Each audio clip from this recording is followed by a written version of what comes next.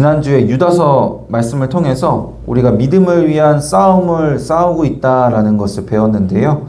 한 주간 믿음을 위한 싸움을 잘 싸워보셨나요? 아마 쉽지 않으셨을 겁니다. 왜냐하면 사실 아직 구체적인 싸움의 방법은 안 배웠거든요. 지난주에 우리가 믿음을 위한 싸움을 싸워야 하는 이유가 무엇인지, 우리가 싸워야 하는 싸움의 대상이 누구인지, 그리고 이 싸움을 싸우고 있는 우리가 누구인지, 이 싸움에서 우리가 붙들어야 하는 싸움의 무기가 무엇인지를 배웠는데요. 이제 오늘은 우리가 어떻게 싸워야 하는지, 구체적인 싸움의 방법에 대해서 배우려고 합니다. 우선 오늘 본문 말씀을 보기 전에 지난주에 배웠던 내용들이 꽤 많아서 간략하게 복습을 하고 넘어가는 게 좋을 것 같아요. 예수님의 형제 유다가 쓴 유다서는 성도들이 믿음을 위한 싸움을 싸우도록 권면하기 위한 말씀입니다. 싸움이 필요한 이유는 교회와 복음을 무너뜨리려는 자들이 있기 때문인데요. 이들은 겉으로 보기에는 잘 드러나지 않을지라도 실상은 경건하지 않고 하나님의 은혜를 도리어 방탕한 것으로 바꾸고 하나이신 주제, 모든 권한을 가진 우리 주 예수 그리스도를 부인하는 자들이었습니다. 예배의 대상인 하나님이 어떤 분이신지를 잘 모르고 은혜를 핑계대면서 육신의 정욕과 탐욕을 위해 살아가고 예수 그리스도가 나의 모든 권한을 가진 주인이심을 부인하는 사람들입니다. 이런 자들은 가인과 발람과 고라처럼 하나님보다 자기 뜻과 감정을 앞세우며 남을 미워하기도 하고, 또 하나님의 뜻보다는 탐욕을 더 따라가며 살아가고, 또 하나님이 세우신 질서와 권위를 거부하는 그런 교만함 가운데 살아갑니다. 이런 자들과 대적해서 우리는 믿음을 위한 싸움을 싸워야 하는데요. 사실 이런 모든 모습들이 내 안에 있는 죄의 모습들임을 또한 기억하고, 내가 스스로 성전인 나 자신을 무너뜨리는 자가 되지 않도록 죄의 유혹과도 싸워야 한다는 것도 함께 배웠습니다. 우리가 이 힘들고 어려운 싸움을 싸울 수 있는 것은 하나님의 은혜를 받은 자들이기 때문이었어요.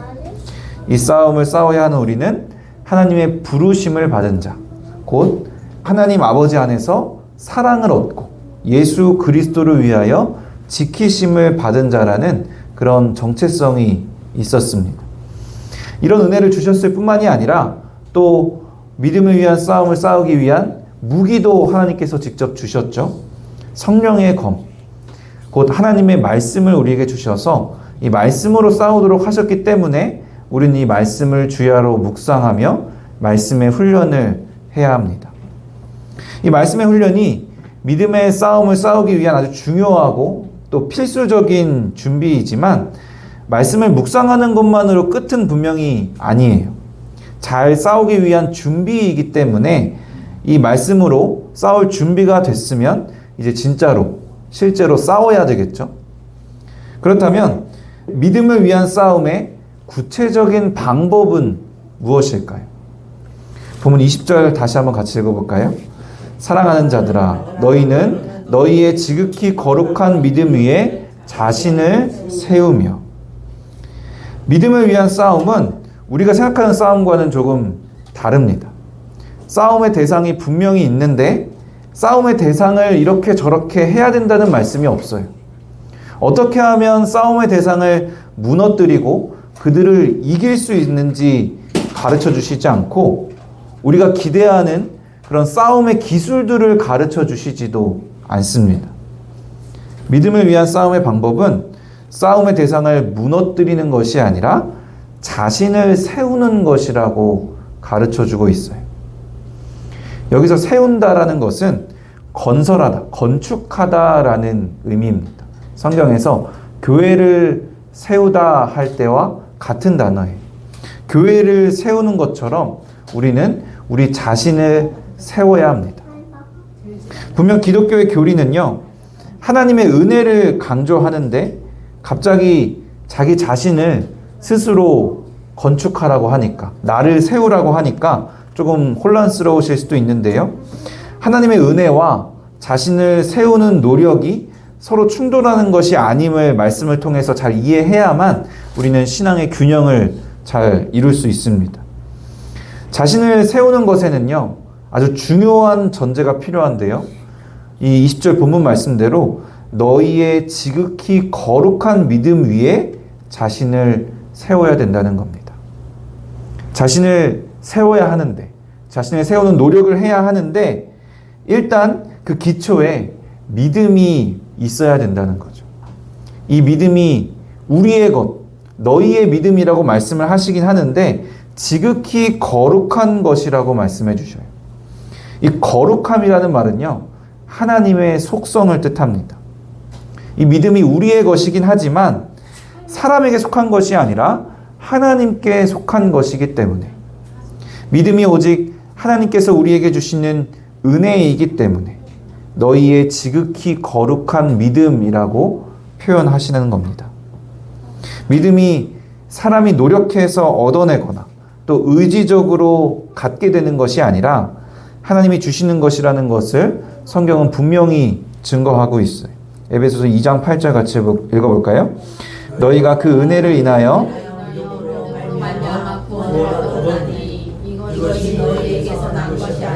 하나님의 선물이요.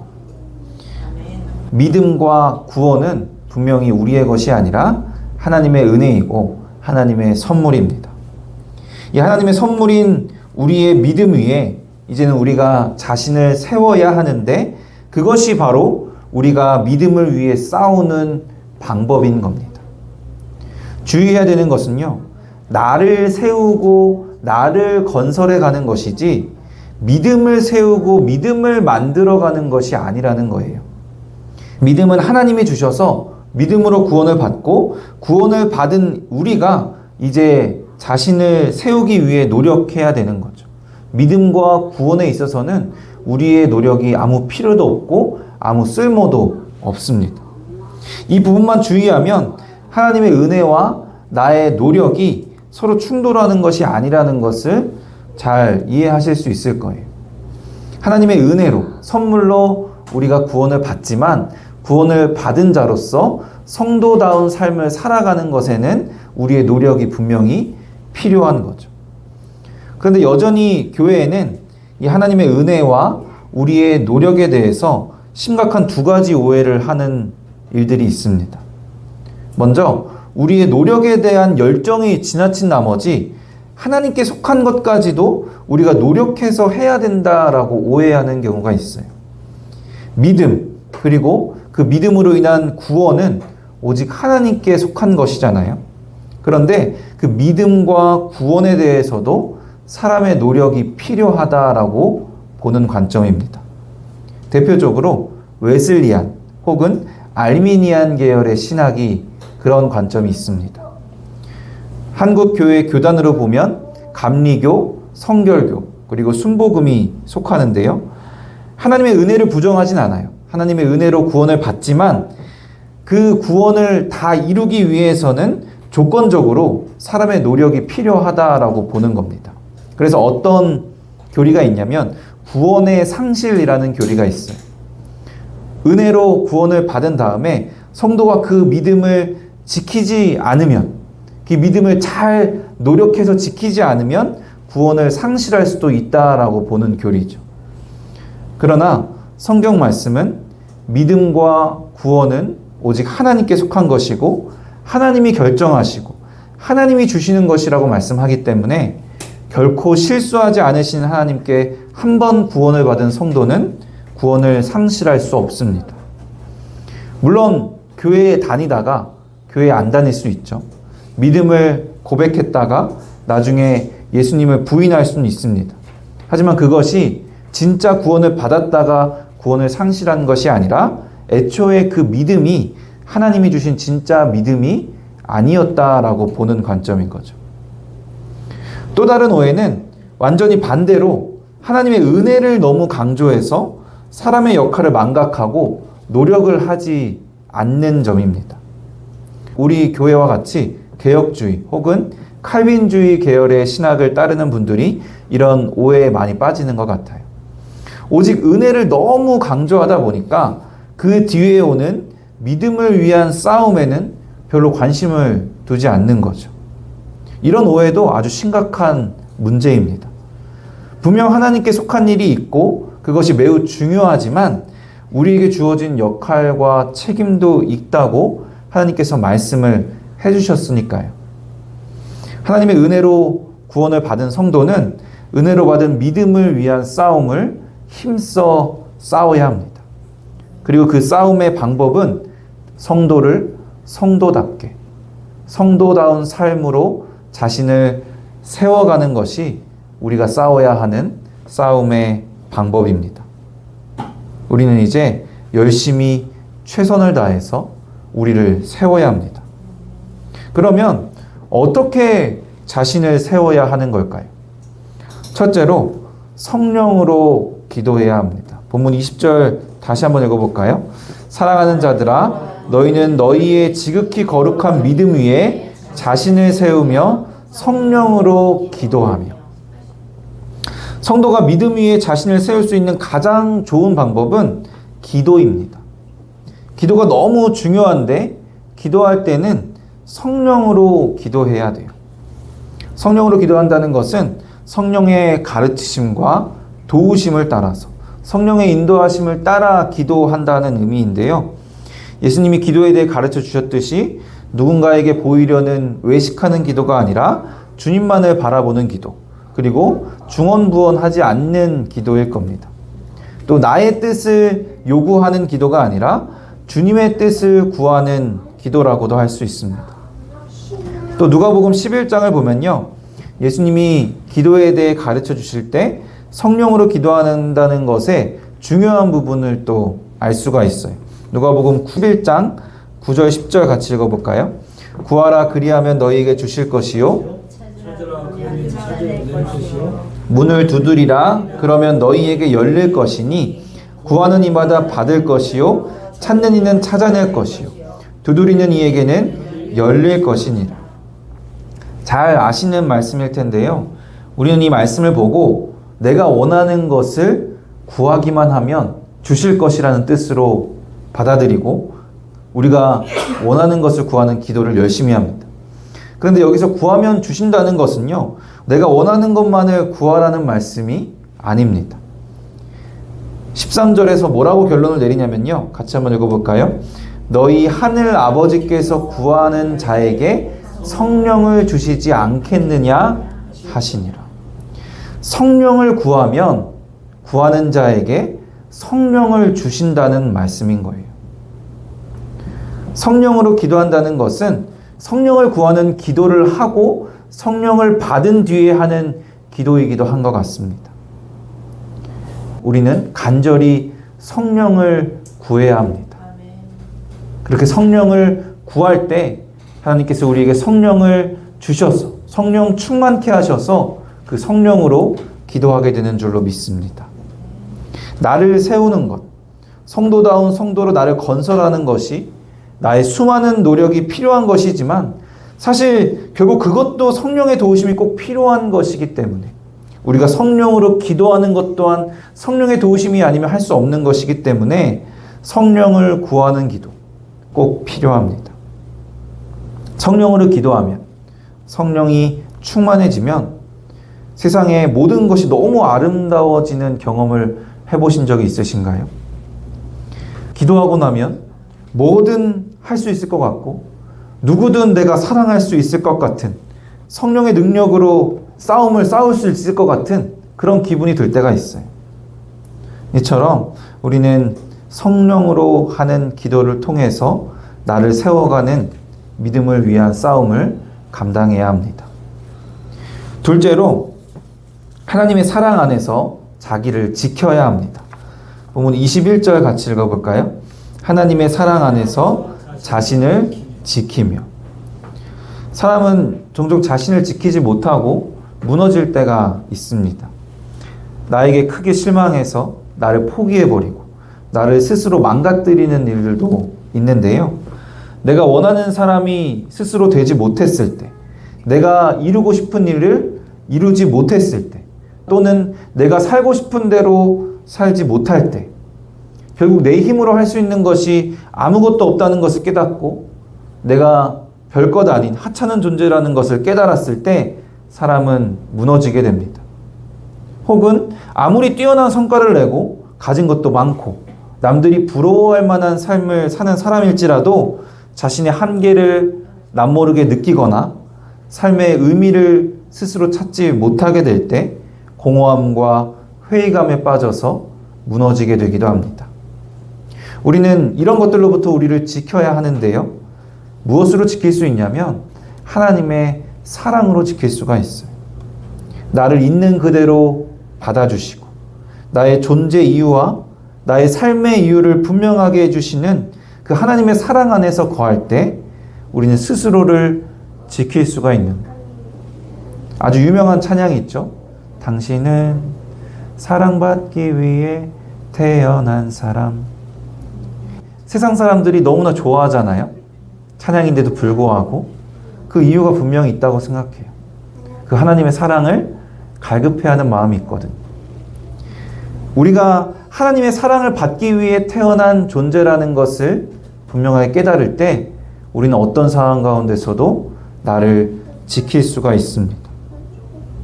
하나님의 사랑으로 진정한 자아 정체성, 건강한 자존감을 갖게 되니까 쉽게 무너질 수가 없게 되는 거죠.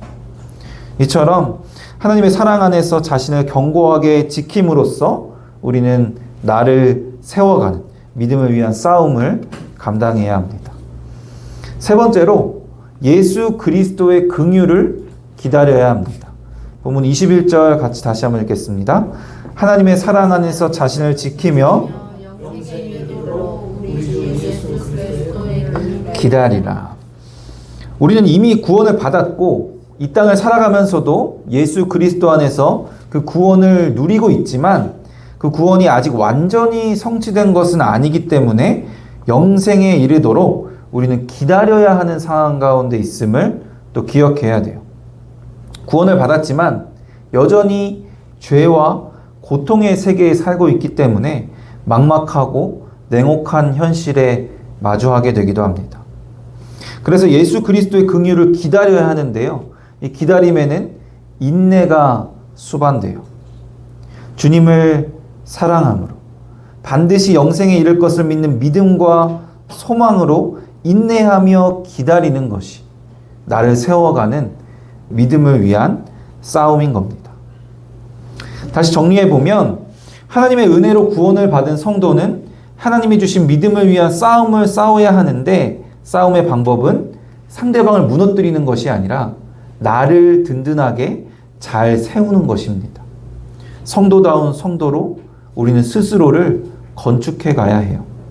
그리고 성도를 성도답게 만들어가는 것은 성령 하나님으로 기도하는 것, 성부 하나님의 사랑 안에서 나를 지키는 것, 성자 하나님의 긍휼을 기다리는 것입니다. 열심히 노력해서 우리의 역할과 책임을 감당해야 하는데 결국에는 그것도 성부, 성자, 성령 하나님의 도우심으로 하게 되는 거죠. 성령으로 기도함으로 아버지 하나님의 사랑 안에서 나를 지킴으로써 예수 그리스도의 긍휼을 인내하며 기다림으로써 나를 세우고 믿음을 위한 싸움을 승리하는 여러분이 되길 바랍니다. 유다서의 마지막 권면은 믿음을 위한 싸움에서 승리하는 자들에게 하는 권면이라고 할 수 있어요. 본문 22절, 23절 다시 한번 읽어볼까요? 어떤 의심하는 자들을 긍휼히 여기라. 또 어떤 자를 불에서 끌어내어 구원하라. 또 어떤 자를 그 육체로 더럽힌 옷까지도 미워하되 두려움으로 긍휼히 여기라. 믿음을 위한 싸움을 승리하는 자들, 하나님의 사랑을 누리고 예수 그리스도의 긍휼을 기다리는 자들은 이제 방황하고 어려움을 겪고 있는 형제들을 긍휼히 여기고 돌봐야 하는 겁니다. 복음에 대해 바로 서지 못하고 의심하고 세상 가치관과 세상 가르침에 믿음이 흔들리는 자들을 긍휼히 여기고 섬겨야 돼요. 멸망받을 길로 가고 있는 자를 끌어내어 구원의 길로 복음으로 인도해야 합니다. 더러운 죄를 짓는 자들의 죄는 미워하되 그들을 미워하는 것이 아니라 그들은 긍휼히 여기고 섬겨야 합니다. 우리가 주목해야 되는 것은요, 긍휼이에요. 판단하고 정죄하고 혐오하고 배척하고 미워하는 것이 아니라 긍휼히 여기라고 말씀하고 있어요. 예수님이 우리를 긍휼히 여기셨기 때문에 우리도 그 모습을 본받아 마땅히 긍휼히 여길 수 있어야 합니다. 죄악 가득하고 서로 미워하고 분열되고 혐오하는 것이 가득한 이 세상에서 믿음을 위한 싸움에서 승리하는 자가 되어서 긍휼히 여기는 삶, 불에서 끌어내어 구원하는 삶을 살아가는 여러분이 되기를 소원합니다. 사랑하는 성도 여러분, 2주 동안 짧고도 조금은 생소한 유다서 말씀을 통해서 믿음을 위한 싸움에 대해 배웠습니다. 왜 우리가 믿음을 위한 싸움을 해야 하는지, 싸움의 대상이 누구인지, 싸움을 하는 우리는 누구인지, 싸움의 무기는 무엇인지, 또 싸움의 방법은 무엇인지를 배웠는데요. 제가 싸움에 대한 설교 말씀을 준비하면서 싸움에 대한 결의를 다지게 되는 것이 아니라 오히려 하나님의 사랑과 은혜를 더 깨닫게 되는 시간이었던 것 같아요. 사실 우리가 싸움의 대상과 다름이 없는 그런 경건하지 못한 존재들인데 하나님의 은혜로 우리에게 사랑받는 자라는 새로운 정체성을 부여해 주시고 하나님의 말씀이라는 싸움의 무기도 우리 손에 들려주시고 근데 싸움에서도 우리는 상대방을 직접 쓰러뜨릴 필요도 없이 그저 믿음 위에 우리를 세우기만 하면 되게 하셨습니다. 그래서 열심히 최선을 다해서 우리는 스스로 세우면 되는데 그것조차도 성부, 성자, 성령 하나님의 도우심으로 하도록 하셨습니다. 이 영원하고 무한하신 하나님의 은혜와 사랑을 누리고 믿음을 위한 싸움에서 승리하실 뿐만이 아니라 형제들을 긍휼히 여기며 섬기는 저 여러분 되시기를 주님의 이름으로 간절히 축원합니다.